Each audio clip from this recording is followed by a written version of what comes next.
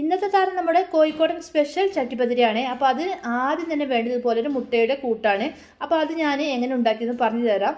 ആദ്യം ഒരു ബൗളിലേക്ക് ഒരു 6 എഗ്ഗ് പൊട്ടിച്ച് വയ്ക്കാം. അതിലേക്ക് കുറച്ച് ഏലക്കപ്പൊടി, ഒരു 1/2 കപ്പ് പഞ്ചസാരയും കൂടി ചേർത്ത് നല്ലപോലെ മിക്സ് ആക്കിയതിന് ശേഷം ഒരു പാനിലേക്ക് കുറച്ച് നെയ്യ് ഒഴിച്ച് ഇതുപോലെ നമ്മുടെ ഈ മുട്ടയുടെ മിക്സ് നമുക്കതിലേക്ക് ഒഴിച്ചൊന്ന് ചിക്കിയെടുക്കാം. ഇതിലേക്ക് അണ്ടിപ്പരിപ്പ് മുന്തിരി ഒന്ന് നെയ്യിലും കൂടി വറുത്തെടുത്തിട്ടുണ്ട്, അതും കൂടി ചേർത്ത് കൊടുക്കുന്നുണ്ട്. ഇനി നമുക്ക് വേറൊരു പാത്രത്തിൽ അണ്ടിപ്പരിപ്പ് മുന്തിരി നെയ്യിൽ വറുത്തെടുത്ത് മാറ്റിയെടുക്കാം. അതുപോലെ തന്നെ ഒരു 3 എഗ്ഗ് കുറച്ച് പഞ്ചസാര ഏലക്കപ്പൊടിയും കൂടി ചേർത്ത് ഒന്ന് മിക്സ് ചെയ്തിട്ടുള്ളതാണ്, അതും കൂടി നമുക്ക് ഇതിലേക്ക് മാറ്റി വെക്കാം. ഇനി ഇതിലേക്ക് നമുക്ക് മൈദ കൊണ്ടുള്ള ഒരു ബാറ്റർ ഉണ്ടാക്കിയെടുക്കാം. അത് നമ്മുടെ മൈദദോശ ചുട്ടെടുക്കുന്നതിന് വേണ്ടിയാണ്. ഇനി അതുപോലെ തന്നെ കസ്കസ് കുറച്ച് വെള്ളത്തിലിട്ടൊന്ന് കഴുകിയതിന് ശേഷം ഒന്ന് വറുത്തെടുത്തിട്ടുള്ളതാണ്. ഇനി നമുക്ക് നമ്മുടെ ചട്ടിപ്പത്തിരി ഉണ്ടാക്കാൻ തുടങ്ങാം. ആദ്യം തന്നെ നമ്മുടെ ചട്ടിപ്പത്തിരി ഉണ്ടാക്കുന്നതിന് വേണ്ടിയുള്ള പാന് നല്ല ഒന്ന് നെയ്യൊന്ന് തടവിയെടുക്കാം. ഇനി അതിലേക്ക് ആദ്യം തന്നെ ഒരു മൈദയുടെ ദോശ വെച്ച് കൊടുക്കാം. ഇനി അതിൻ്റെ മുകളിലായിട്ട് നമ്മുടെ വേറൊരു ദോശ ഈ മുട്ടയുടെ മിക്സിയിലൊന്ന് മുക്കിയതിന് ശേഷം വെച്ച് കൊടുക്കാം. അപ്പോൾ നമ്മുടെ ഈ ചട്ടിപ്പത്തിരിയുടെ അടിഭാഗം കരിയാണെങ്കിൽ നമുക്ക് ആദ്യം വെച്ച ദോശ ഒന്ന് ഒഴിവാക്കി കൊടുക്കാം കേട്ടോ.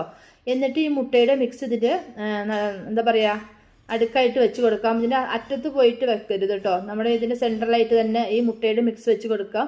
ഇനി അതുപോലെ തന്നെ നമ്മൾ നേരത്തെ വറുത്ത് വെച്ചിട്ടുള്ള ഈ കസ്കസും കൂടി ഇതിലേക്ക് കുറച്ചിട്ട് കൊടുക്കാം. അതുപോലെ തന്നെ ഞാനിതിലേക്ക് കുറച്ച് നെയ്യും കൂടി വെച്ച് കൊടുക്കുന്നുണ്ട്. അപ്പോൾ നമ്മൾ ഈ ചട്ടിപ്പത്തിരി കഴിക്കുന്ന സമയത്ത് നല്ല ടേസ്റ്റി ആയിരിക്കും കേട്ടോ.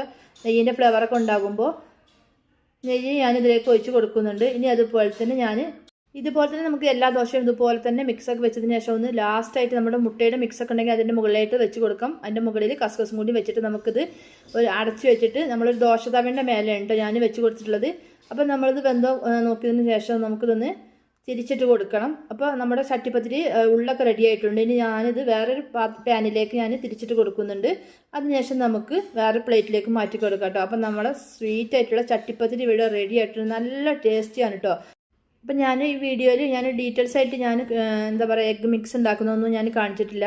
അപ്പോൾ ഒരുപാട് ലെങ്തി ആകും വെച്ചിട്ടാണ്. അങ്ങനെ നമ്മുടെ സ്വീറ്റ് ചട്ടിപ്പത്തിരി ഞാനൊന്ന് കട്ട് ചെയ്ത് നോക്കട്ടോ. നല്ല സോഫ്റ്റും അതുപോലെ നല്ല ടേസ്റ്റാണ്. എല്ലാവർക്കും ഇഷ്ടപ്പെടുന്ന ഒരു റെസിപ്പിയാണ്. എല്ലാവരും ഒന്ന് ട്രൈ ചെയ്ത് നോക്കുക. അങ്ങനെ നമ്മുടെ കോഴിക്കോടൻ സ്പെഷ്യൽ ചട്ടിപ്പത്തിരി ഇവിടെ റെഡി ആയിട്ടുണ്ട്. അപ്പോൾ എല്ലാവരും ഒന്ന് സപ്പോർട്ട് ചെയ്യണേ.